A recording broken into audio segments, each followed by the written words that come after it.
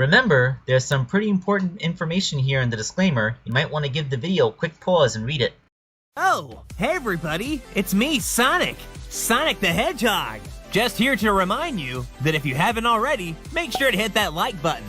And for even more amazing customs, don't forget to subscribe to Wake Angel 2001, because between you and me, they're way past cool.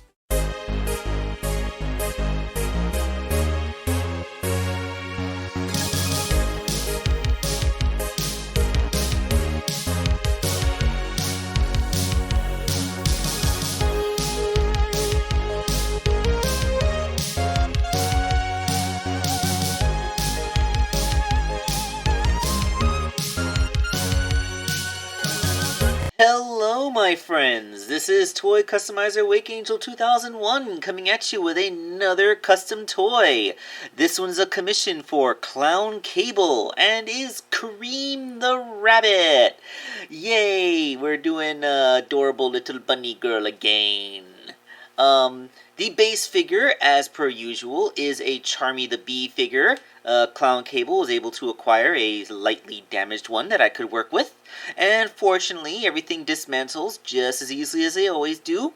Although, I know that I have developed a new technique that would not require me to use a Charmy figure, which involves printing the rabbit avatar head from Sonic Forces, but Clown Cable really wanted the Charmy version, so here we go. So the only 3D printed part is the shoes. And of course the little cheese figure, because of course there has to be a little cheese figure. This is just a quick little 3D print. It's based off of a model that I found on Tinkercad, and then modified slightly by adding a little bow tie. It's really tiny, so the print line's actually showing a little bit more, but you know, it's like that's only because it's so heavily magnified by my camera. In person, you don't really notice it too much. But yes, little tiny cream and cheese. You gotta have a little cheese figure to go with your cream, and this time I remembered that he has to be painted the really light shade of blue. I remember when I did it for my Jakks Pacific scaled cream, I accidentally made it a little bit too dark. So yeah, this is the proper blue for cheese. Yeah. Okay, so back to making cream. The first part, of course, is modifying that Charmy head. You saw how I already removed the helmet. And I actually put a little bit of extra sculpting to make sure her eyes are rounder. Because some people have mentioned that Cream's expression comes out looking a little bit angry when I use Charmy's natural brow line. That's because it's the brow line of his helmet rather than his actual eyes. So, so here you go. They're more nicely rounded, so they have that big, wide-eyed, innocent look that Cream has. The body is the next part that has the most modification to it. I had to cut off most of Charmy's abdomen that comes out underneath his jacket, and then sculpt the little dress thing. This does mean that the waist articulation is lost because there's really no way for me to keep it with the dress, especially considering how the lower half of the abdomen is actually the anchoring point for her tail, which goes through the dress. So, you know, I really don't know how I would preserve the, like, without doing some major modifications. No, I think it would be beyond what I would be able to do, because like it would get too close to the joints.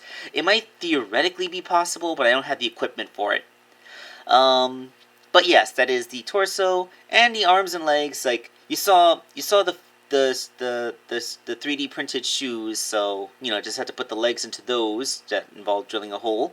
And well, I guess there's nothing to it but to show the completed figures. So yep, here we go. Cream and cheese.